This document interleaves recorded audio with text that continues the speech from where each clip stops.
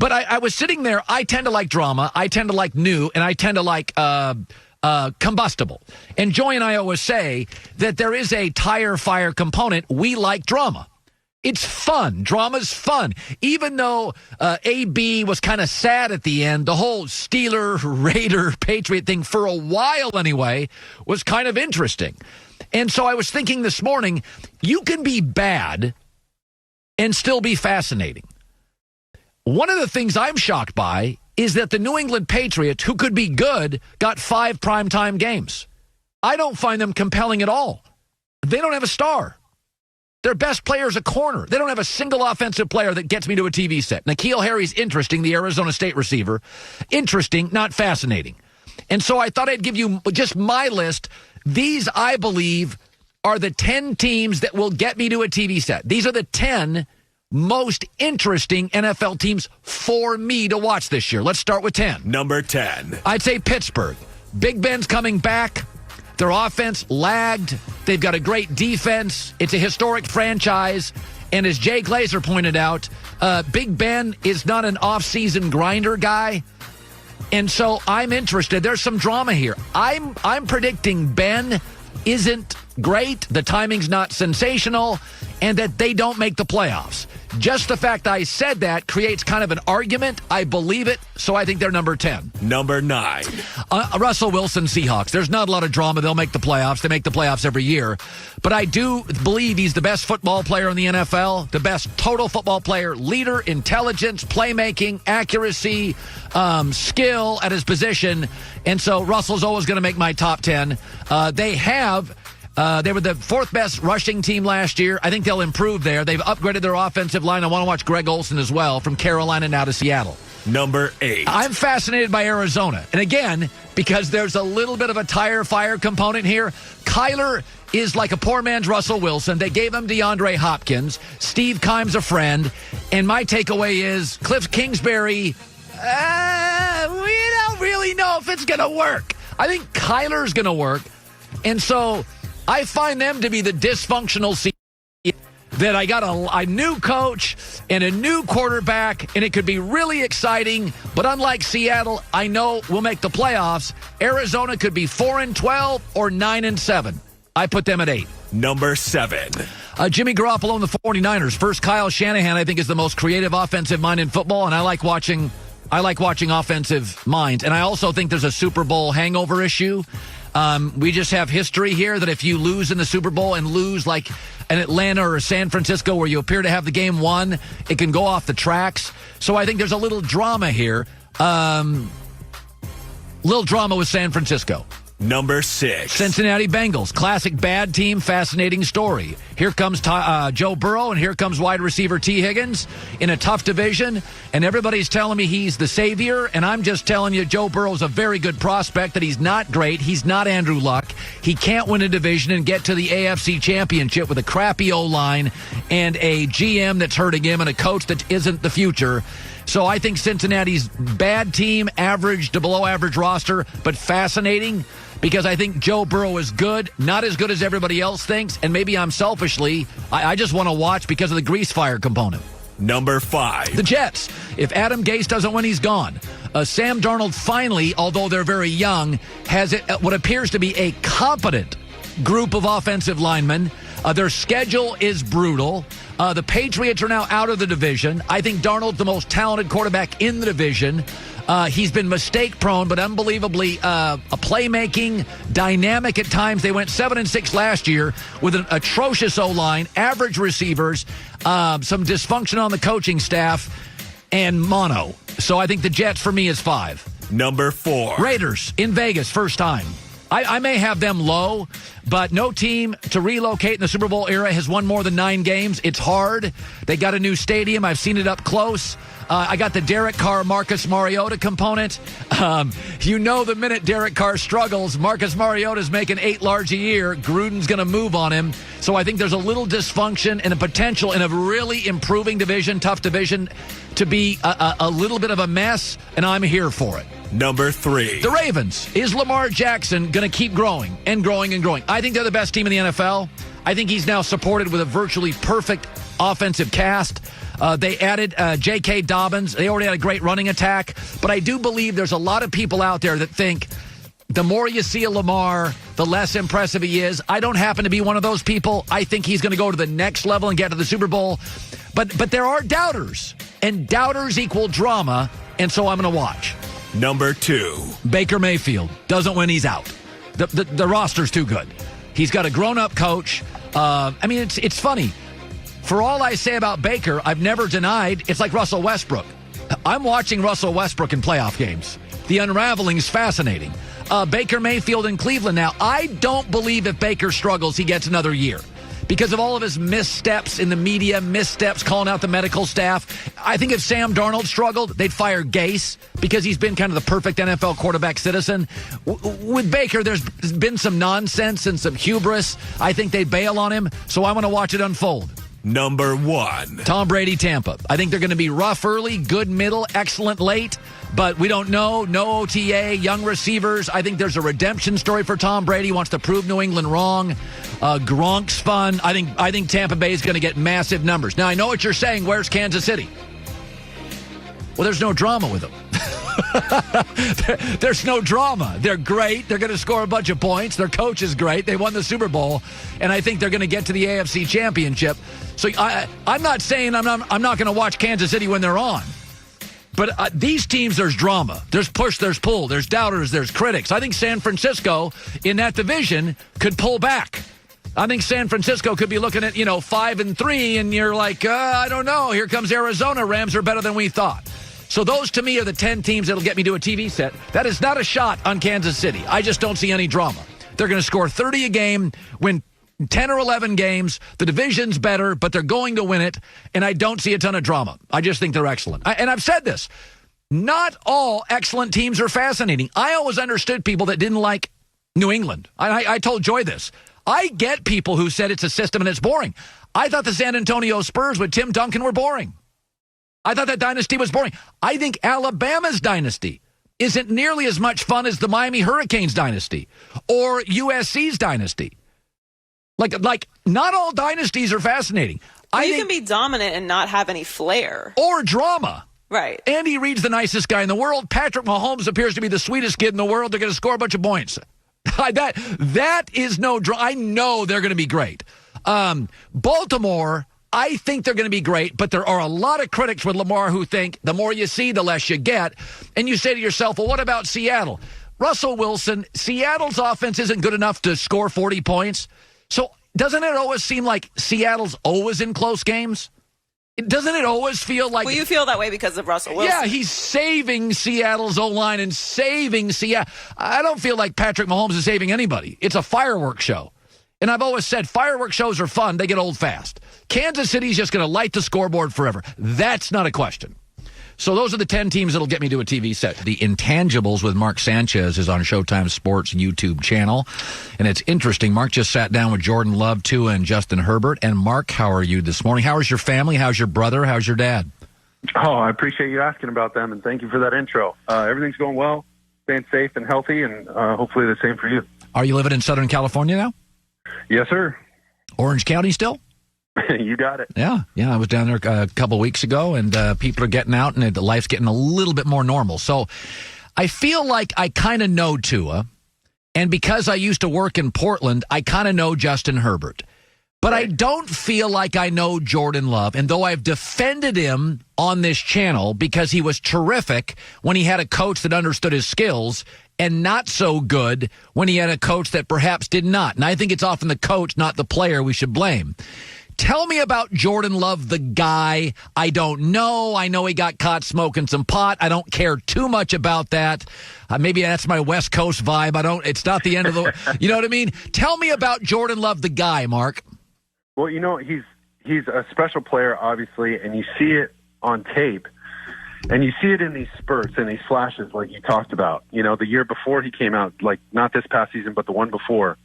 I mean, it's unbelievable. We're talking about him potentially being one of the top quarterbacks in the draft, like maybe number one overall with him and Kyler Murray and those kind of guys. And he comes back, has a whole new offense, whole new offensive coordinator, and it's spotty. You see some flashes, like I said, and there's tapes that are made of him, and they're spliced together with Patrick Mahomes, and you literally see physically the same talent at times. And then other times you're scratching your head like, well, what are you doing? So it was great to go through a 2-minute drill with him against Wake Forest. It was the first game in the season. And he's going through the drive and understanding a 2-minute drill, just having the basic blueprint of like, okay, I need 3 things to happen no matter what. We need a positive play on first down, no matter what. We can't take any sacks or penalties. And we need 1 explosive run or 1 explosive pass. Usually an explosive run comes after a stopped clock, right? Because you're not going to run the ball in a 2-minute situation. But he didn't know that. And that's no detriment to him. He just had never been taught. He didn't understand that. And so that's like a 2-minute trifecta that will guarantee you points in a 2-minute drive. And these are things that Aaron Rodgers knows. These are things that Drew Brees, those kind of players know. So he just doesn't understand that.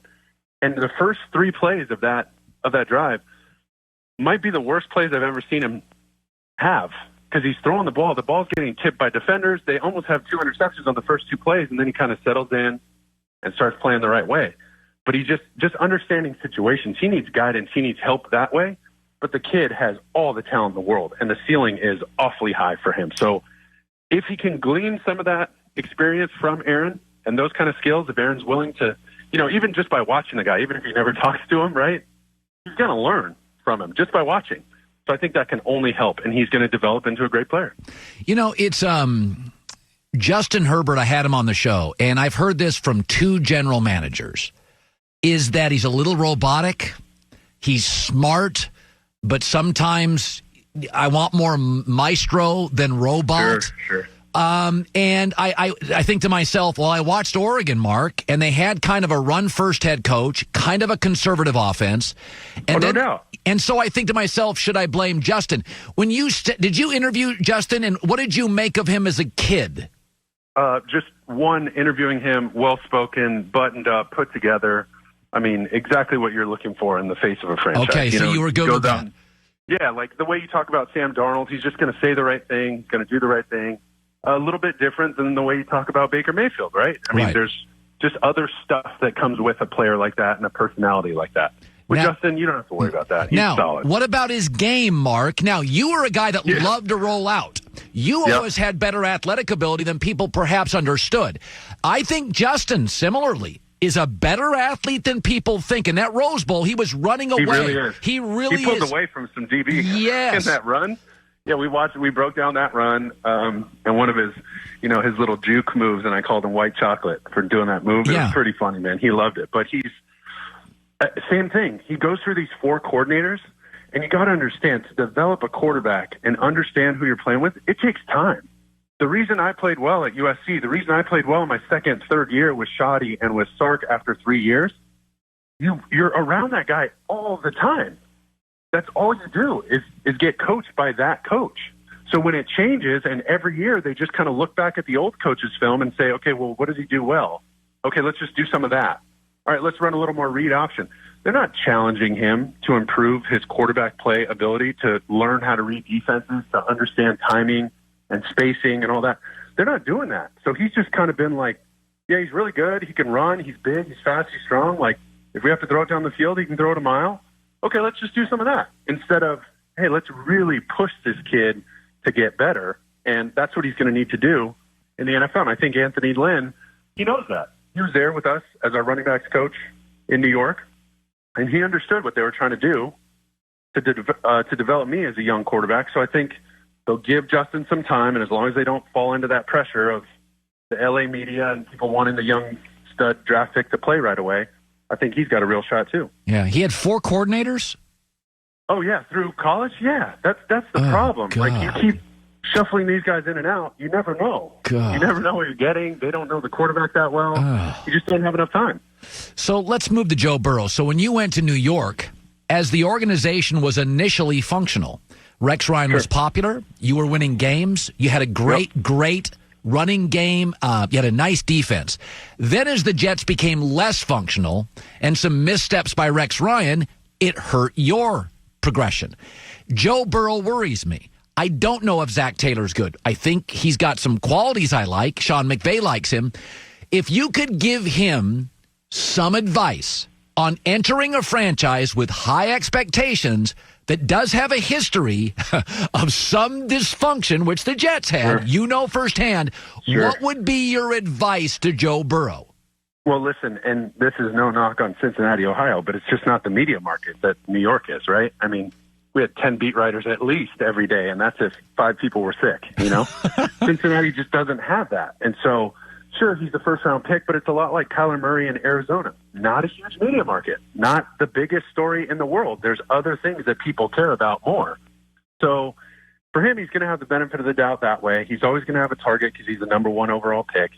But he has that mentality of, you know, I keep my head down, I don't say too much, and I'm just going to outwork everybody and let's see what happens. And I think he's been through enough with his story getting to last year that as long as he can fall back on that and remember that, what got him to that point, and then he's got to just keep pushing through any of these setbacks, any of these external concerns that he shouldn't worry about, things that are out of his control, I think that would be my only advice is just control what you can control. Go work your butt off. You and T. Higgins should be throwing the ball every day. That's your guy. So develop that relationship and keep your head down, say the right thing, and go have a blast playing ball. Mark Sanchez, Showtime Sports YouTube channel. It's called The Intangibles. Tua, Jordan Love, some Justin Herbert. For the record, I think they're all going to be successful. I just think Justin Herbert got lucky. He gets the best roster, which I do think helps. That's a huge help. Huge help. And didn't you call the Packers drafting a quarterback in the first round a couple months ago? Yes. No, I did. So here's what happened. So I said, how did nobody talk about that? Well, no, because I came out and I said they should draft a quarterback. And then about 2 weeks later, an executive in that division called me and he said, that's what it was. Yeah. Okay. And he said, you know what, man, you can't send that message. This guy needs help. Their offensive line's overrated. And then I said, you know what? Nah, you can't do that. But let me go to that. I will always defend an athlete. I do not believe it's Aaron Rodgers' job to mentor Jordan Love. I think that's totally unfair. My job isn't to mentor Doug Gottlieb. I don't want him to have my job. Of course. So, but there is a certain a presumption that you will help him if he asks questions. Tell me the dynamic with Aaron and Jordan that you'd be okay with, and Aaron's supposed responsibility to mentor. Yeah, listen, and Favre's not wrong, right? It's not Aaron's job to win. That's not a part of his to mentor a younger player like Jordan Love who's coming to take his job. But there is like an expected professionalism, right? Like, don't make it harder on him, and I don't think Aaron would do that. Right. And there's a professionalism on the other side, too, on Jordan Love's side of, you know, get in his hip pocket, soak up everything you can without being the annoying little brother that he can't stand, right? I mean, that's fair, too. If you're going to ask Aaron to be professional, then you expect the other guy to be professional, too. And so I think just by watching him enough, like I said, just being around the guy, it can't hurt. Like if I got to learn my first year from Drew Brees, even if he never talked to me, you could still just watch him and try and understand what he's doing. Ask the coaches, hey, how does he know that? How did he make that check? I used to do that with Leinart all the time. He had just come back from winning a Heisman, and I'm watching him in practice. And, I mean, in some ways, I'm, like, terrified to talk to the guy because he's a Heisman Trophy winner. He's the USC quarterback, and I'm, like, this young punk redshirt freshman, like, who cares? And so I would just watch and listen and go kind of sneak up to the huddle and listen to the way he called plays and the way he talked to guys on third down. And you just soak up all that information. So I expect Jordan to do that. And then you expect Aaron to be a total pro, like I think he will be. And he's not going to, like, you know, diagram plays for him and install the offense for him. He's not going to do that. But at the same time, he can be a pro, and I think he will. By the way, I like Tua a lot. I would. He's special, man. No, everybody says What's that. What's crazy? Here's what I think it is, and I don't know if I've heard anybody else say it. So I don't want to take credit for it, but the way I talked to Sark about it, sometimes he can't even articulate what he did on film, and it leaves you scratching your head because it's so good and so fast and so instinctive. You're like, well, how did you know that? And he can't really get the words out. Like, he doesn't even know. It's almost like he's processing what's happening physically in front of him. And in those nanoseconds, his body's already reacting. He's already making decisions that he didn't even know he could make that quickly, and he can't even talk about it. So I was like, what the heck is that? how did you know? And I mean, it's uncanny the way he does stuff like that. So it's almost like he's mentally twitchy. You know, they talk about athletes, how they're fast twitch guys. That's what his brain is, and he can't even say it fast enough. It's crazy. I've never been around anybody like that. Yeah, Russell Wilson certainly has some of that. Oh, no doubt. No doubt. Yeah. Hey, good luck to you and your fam. Hope everything's good for you, Mark. It's called The Intangibles with Mark Sanchez, a good dude. Showtime Sports YouTube channel. You're always welcome on the show. And